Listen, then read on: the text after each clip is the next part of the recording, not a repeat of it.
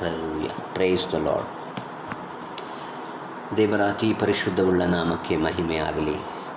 ನಮ್ಮ ದೇವರು ಒಳ್ಳೆಯವನು, ಅವನು ಯಾವಾಗಲೂ ಒಳ್ಳೆಯದನ್ನೇ ಮಾಡುವವನಾಗಿದೆ. ನಮ್ಮ ದೇವರಿಂದ ಯಾವತ್ತೂ ಕೆಟ್ಟದ್ದು ಯಾವತ್ತೂ ಆತನಿಂದ ಬರುವುದಿಲ್ಲ. ಆತನು ಪ್ರತಿಯೊಂದು ಒಳ್ಳೆಯದಕ್ಕೆ ಆತನ ಮೂಲ ಕಾರಣನಾಗಿದ್ದಾನೆ.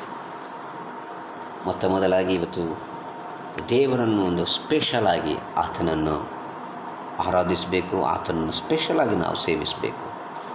ಯಾಕಂದರೆ ನಮ್ಮ ಕರ್ತನು ಸತ್ಯವಾದ ಆತನು.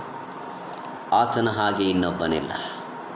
ಆತನು ಭೂಮಿ ಆಕಾಶಗಳ ಒಡೆಯನು. ನಾವು ಆತನ ಸೃಷ್ಟಿಗಳೇ ಹೊರತು, ಆತನು ನಮ್ಮನ್ನು ಸೃಷ್ಟಿಸಿದನೇ ಹೊರತು ನಾವು ಆತನನ್ನು ಸೃಷ್ಟಿಸಿದವರಲ್ಲ. ನಾವೆಲ್ಲರೂ ಆತನ ಸೃಷ್ಟಿಗಳು.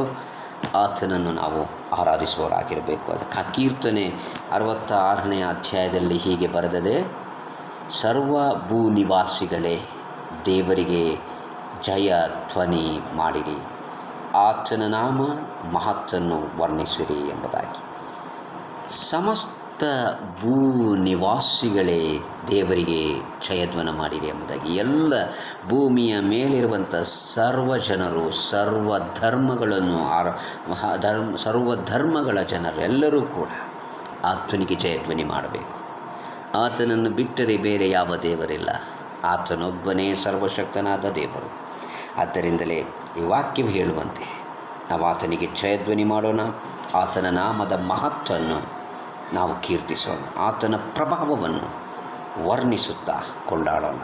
ದೇವರು ಒಳ್ಳೆಯವನು. ದೇವರು ಒಳ್ಳೆಯದನ್ನೇ ಮಾಡಲಿ.